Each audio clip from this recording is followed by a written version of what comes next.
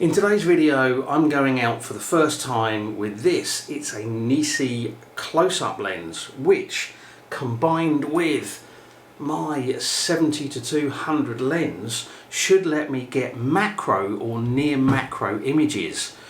And as it's the first time I'm using it, I thought I'd take you along. I hope you enjoy it.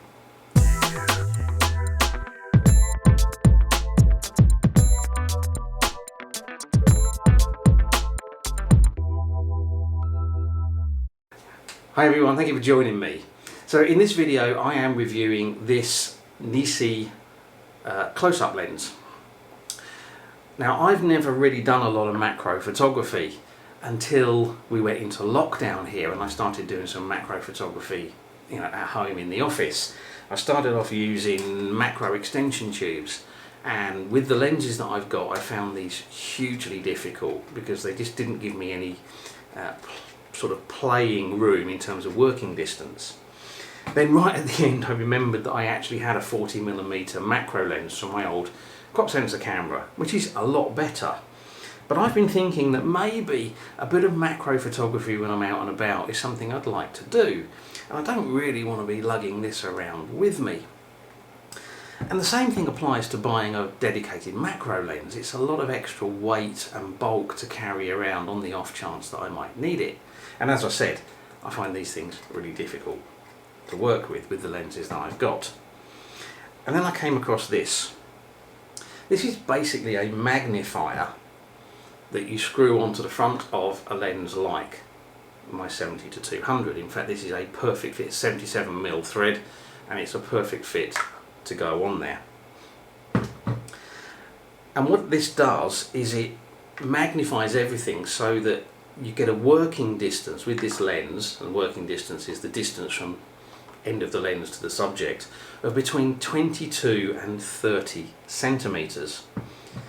And according to the information, at 200mm this should give you a 1-to-1 magnification, which basically means whatever size the thing is in reality is exactly how big it appears on the sensor, and that's the definition of macro. It's got to be 1-to-1 or better.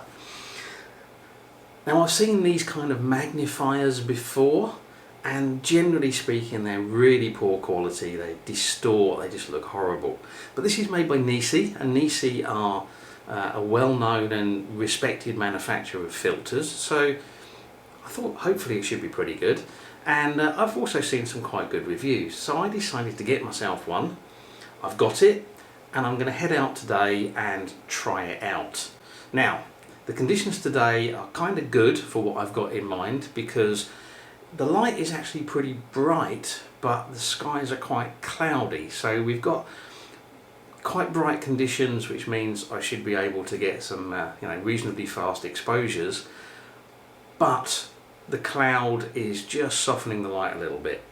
On the other hand, we've also got a bit of a breeze today, so I'm going to try to find somewhere that's hopefully a bit sheltered from the breeze, because I think that's going to make the macro photography quite difficult.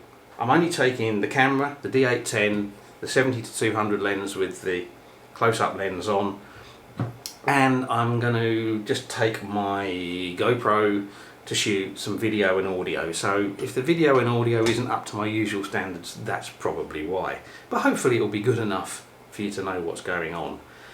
And at the end, I'll tell you what I think of this as a solution for the occasional macro shooter.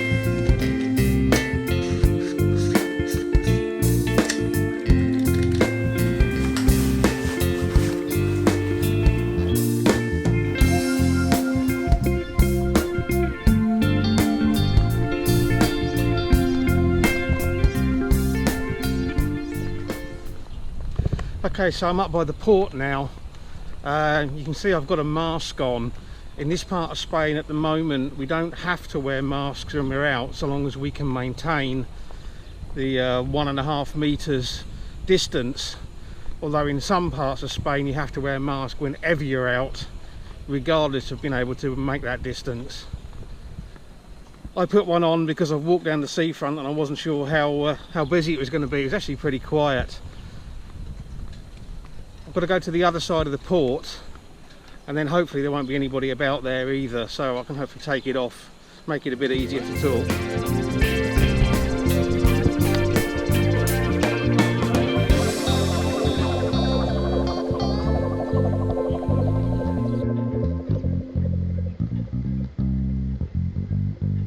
Okay, so this is the area that I was thinking of coming. We're down by the little shrine or altar or whatever it is to the Virgin del Carmen, the patron saint of fishermen.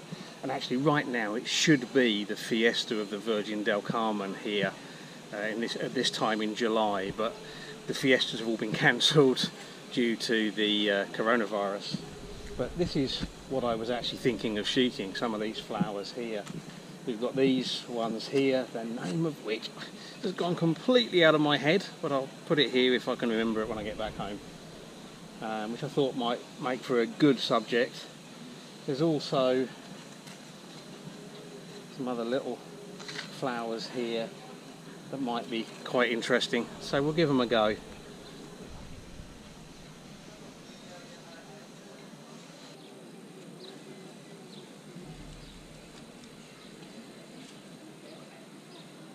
So the approach that I'm taking when I'm shooting is I've just got my focus locked in on the closest focusing distance.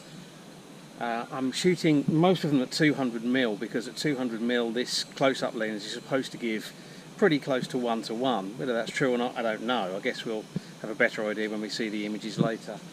And then all I'm doing is just kind of rocking backwards and forwards while I'm looking through the viewfinder until it looks as if the bit that I want in focus is in focus, and then taking the shot. And then maybe taking a few more shots. It's made more difficult because when I think I've got it in focus, of course the breeze is coming along and moving it. So, as I said, maybe not the best day to do this, but it's certainly worth a try.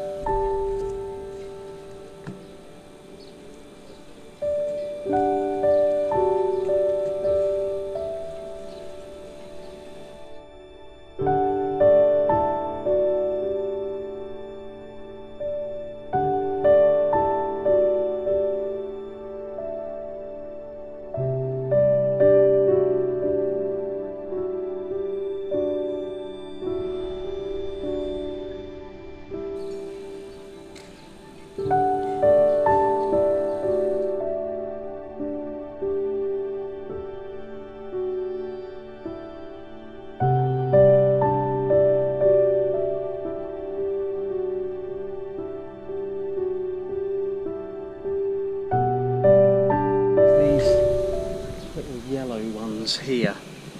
Okay, I don't really know what they are. It's not moving around too much, it's reasonably sheltered here, so these might be a good subject for another attempt.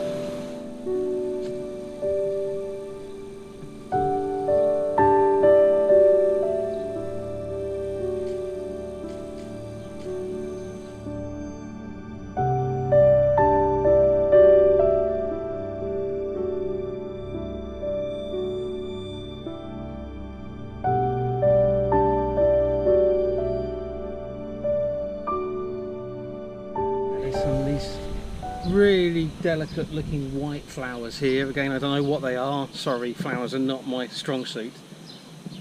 So I'm going to try and get some shots of these. Again, it's breezy, so it's going to be tricky to get them. I think I've probably picked a bad day to do this, but we'll give it a go.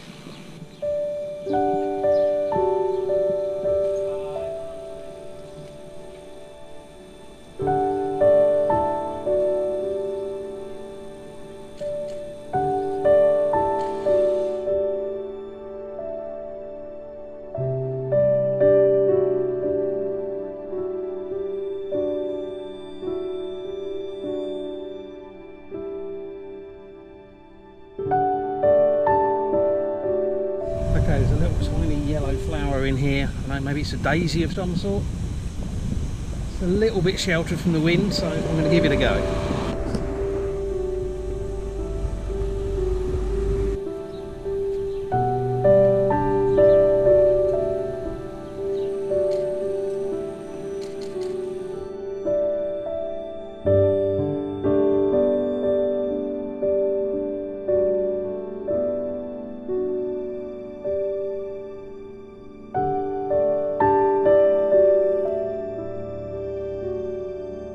just spotted these two little clusters of sort of pinkish flowers with white and yellow in, and if I tilt the camera at a bit of an angle, they form like two almost diamond shapes.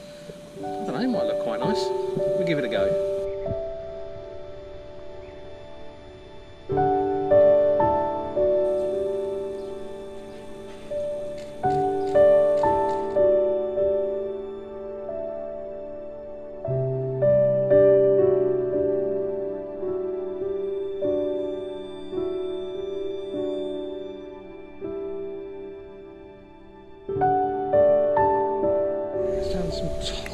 Tiny little purple flowers down here. I don't know what they are, but because they're against the rock, they're not moving in the wind, so they might make an easier subject. So I'm going to see if I can get some shots of them.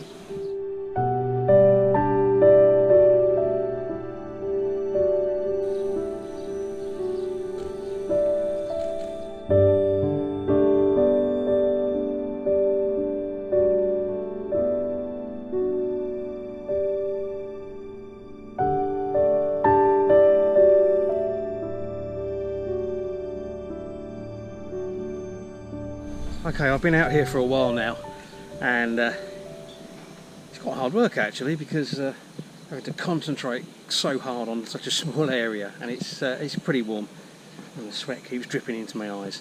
I think that's it. I'm going to head for home and see what I've got, and then we'll talk about my impressions of using this.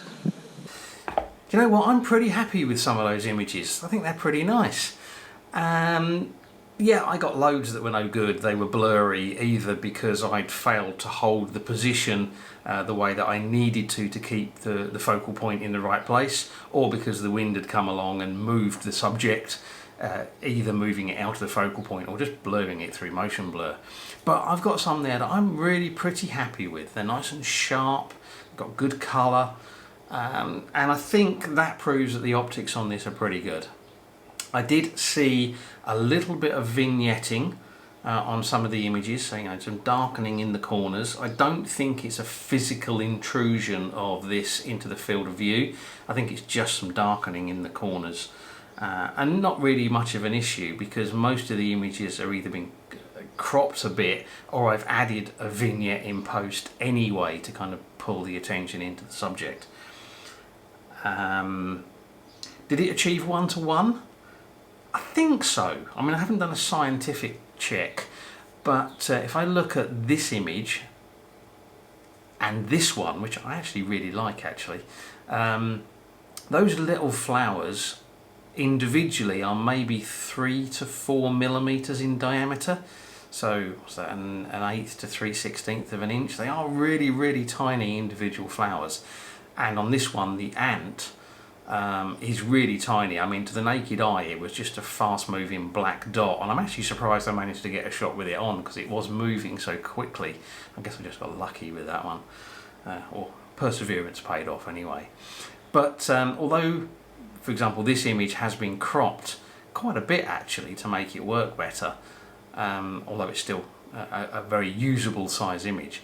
If I look at the uncropped version and do you know, a little bit of calculations, it's pretty close to 1:1. So yeah, I think it works pretty well. A bit more information about this. It comes in a nice case that you can put it in to protect it. It comes with a couple of adapter rings. This is a 77mm thread, but it comes with adapter rings to let you use it on 72 or 67mm thread sizes, so it's usable on a variety of lenses, and I think they actually do a smaller version as well. It's reasonably lightweight. I mean, it's not plasticky and horrible, but it's something I can stick in my camera bag like this and take with me whenever I want, and it's not going to be a major inconvenience. Comparing it to macro extension tubes, wins hands down for me, at least with the lenses that I've got. These things restrict the working distance so much, and you lose a massive amount of light when you put these on, which makes it even harder to get a fast exposure time.